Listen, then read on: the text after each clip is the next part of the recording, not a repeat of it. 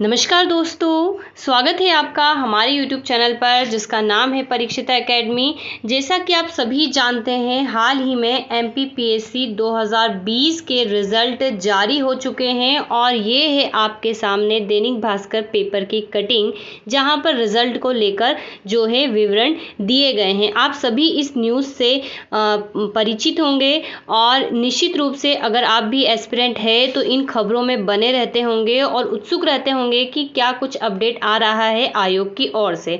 तो यहाँ पर जब आप रिजल्ट देख रहे हैं तो यहाँ पर दो चीज़ें हैं। सबसे पहली चीज़ है कि यहाँ पर अभी जो रिजल्ट है 87 पदों पर जारी किया गया है। रिजल्ट में हमने देखा है कि किस प्रकार से यहाँ पर आयोग स्पष्ट कर रहा है कि जो 87% जो मेन लिस्ट थी उसके तहत यहाँ पर 87% जो है अभी रिजल्ट डिक्लेयर हुआ है। इसका मतलब 33% रिजल्ट बचा हुआ है। तो हमारे आज के वीडियो में हम जानेंगे कि ये रिजल्ट क्यों बचा हुआ है और कब तक 13% का भी जो है डिक्लेरेशन आएगा और क्या टॉपरों की लिस्ट, जैसा कि पेपर में आप देख रहे हैं कि क्या टॉपरों की यही लिस्ट रहने वाली है, क्या ये फाइनल टॉपर है, तो इसका भी उत्तर हम आपको देने वाले हैं। बहुत इंपॉर्टेंट है क्योंकि 13% पर रिजल्ट अभी बाकी है। तो रिजल्ट अभी क्या बदलेगा इसकी सूरत को हम यहाँ पर देखेंगे दोस्तों।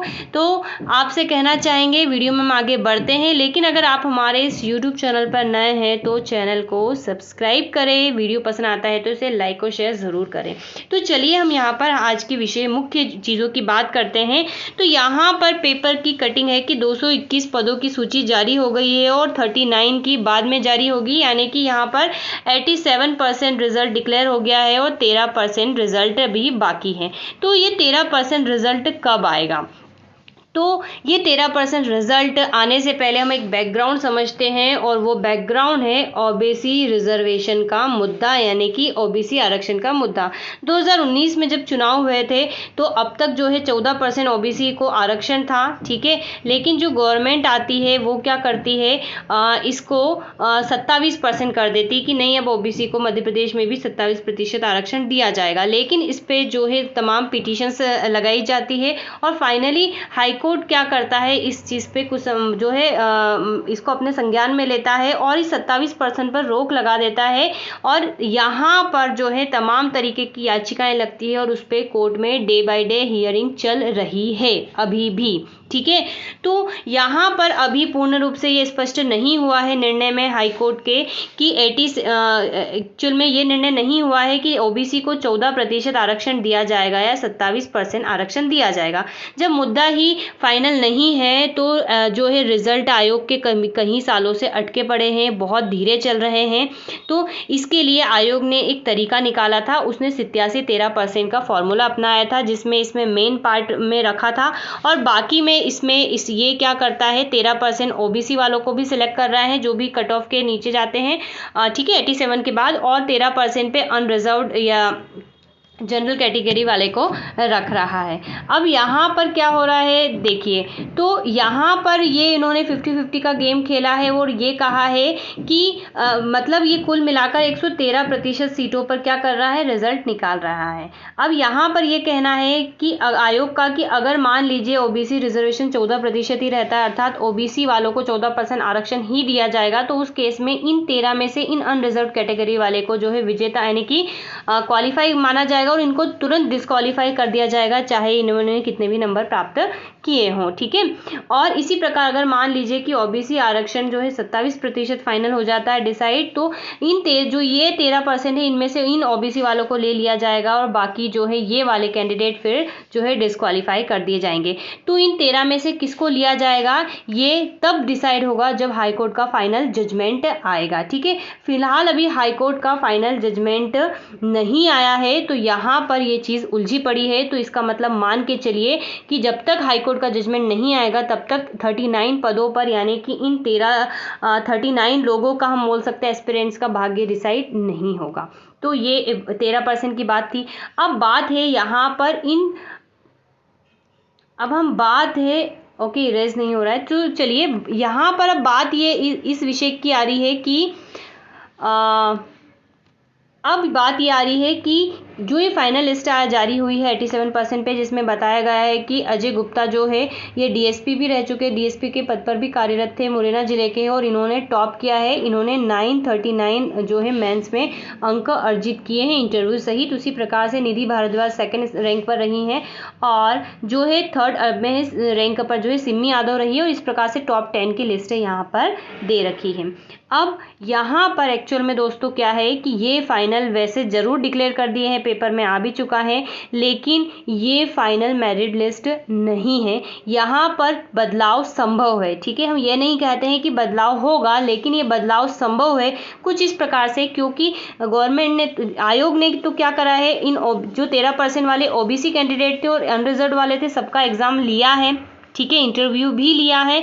अब यहाँ पर क्या होगा कि जब भी हाईकोर्ट के जजमेंट से क्लियर हो जाएगा कि 14% आरक्षण है या 27% आरक्षण, वहाँ पर इन 13% यानी कि इन 39 एस्पिरेंट्स का रिजल्ट भी डिक्लेयर किया जाएगा। हो सकता है ये 39 जो एस्पिरेंट है इन 87% वाले यानी कि इन 221 पदे वाले बच्चों को क्रॉस करे। हो सकता है कोई कैंडिडेट इनमें से 1000 प्लस मेंस में लाया हो तो वो टॉपर डिक्लेयर हो सकता है। तो निश्चित रूप से यहाँ पर जिनको जो पद अपॉइंट हुए हैं उसमें भी बदलाव संभव है, वो डिपेंड करेगा। हालांकि तो आप मान सकते हैं ये टेम्परेरी लिस्ट है, लेकिन कुल मिलाकर ये फाइनल भी है, क्योंकि बदलाव मात्र 39 एस्पिरेंट्स के लिए हैं। तो ये ज़रूरी नहीं है कि सभी जो है इनको ओवररूल करेंगे, इनको जो है क्रॉस करेंगे, लेकिन बदलाव संभव है, ठीक है। तो इस बातों का हमको यहाँ पर ध्यान रखना है। चलिए, तो हम अगर इसमें आगे बढ़े तो आई थिंक आप ये समझ गए होंगे, थोड़ा सा इरेज की प्रॉब्लम आ रही है। चलिए, अब यहाँ पर साफ तौर पे आप पढ़ पा रहे होंगे कि मध्य प्रदेश लोक सेवा आयोग ने शुक्रवार को जो है इसके रिजल्ट जारी किए हैं। यहाँ पर देख सकते हैं 87% यानी 221 पदों पर चयन सूची आई है, बाकी 13% यानी कि 39 पदों पर ओबीसी आरक्षण पर कोर्ट के फैसले के बाद सूची जारी होगी। मुरैना के अजय गुप्ता को 1575 में से सर्वाधिक 939 अंक मिले हैं, भोपाल की निधि भारद्वाज को 924 और सिमी यादव को 923.5 मिले हैं, ठीक है। इंदौर तीसरे नंबर पर है। इन सभी को डिप्टी कलेक्टर का पद मिला है। सर्वाधिक सूची के किसी उम्मीदवार के ज़्यादा अंक हासिल करने पर जो है सूची में परिवर्तन संभव है। तो यहाँ पर ये बात स्पष्ट की गई है कि जो प्राविधिक सूची है, प्राविधिक सूची यानी कि जो 13% वाली सूची है, अगर इनमें से किसी को ज़्यादा नंबर आते हैं, ठीक है, तो जो मेरिट लिस्ट है इसमें परिवर्तन क्या है, संभव है। यहाँ पर बताया है मेरिट लिस्ट में परिवर्तन संभव है।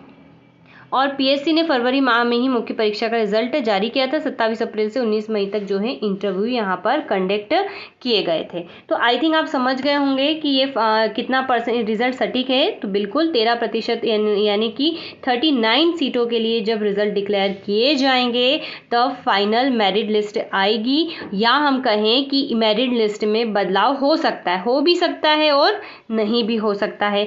यानी कि 1 2 3 4, ऐसा नहीं कि 39 ही इनसे जंप कर जाएंगे तो पूरी लिस्ट बदल जाएगी, ऐसा नहीं है। वो डिपेंड करेगा किसको कितने मार्क्स आ रहे हैं, तो जिसको जितने मार्क्स आएंगे उसके अकॉर्डिंग वो टॉपर रहेगा। तो निश्चित रूप से यहाँ पर ओबीसी रिजर्वेशन केस काफ़ी इंपॉर्टेंट हो जाता है। अभी देखिए उसके ऊपर, उसको भी लेकर 87 और 13% को लेकर भी जो है कोर्ट में याचिकाएं लगी हुई है। अब देखते ही क्या होता है। फिलहाल हमें तैयारी पर ध्यान देना है। कोर्ट केस जो है जिन्होंने करा है जो है वो चलता रहेगा, फाइनल आ ही जाएगा।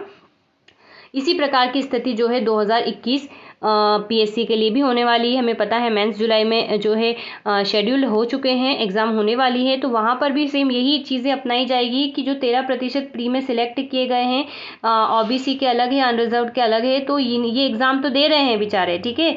इनमें से आधों को धोखा मिलने वाला है, तो ये एग्ज़ाम तो दे रहे हैं, लेकिन जो भी रिजल्ट आएगा इनमें से एक वाला जो पार्ट है वो बाहर हो जाएगा और दूसरा पार्ट जो है ओवररूल कर सकता है। तो ये थी जानकारी और रिजल्ट की चर्चा। इसके बाद हम एक वीडियो और लेकर आएंगे जिसमें हम बात करने वाले हैं कि हमें अगर एमपीपीएससी 2021 के लिए मेंस में सेफ स्कोर करना है तो हमें क्या करना होगा, और इस 2020 की एग्ज़ाम से हम क्या सीख ले सकते हैं। आप देख सकते हैं कि ये जो टॉपर्स हैं निश्चित रूप से किसी पद पर भी थे, काफ़ी संपन्न भी थे।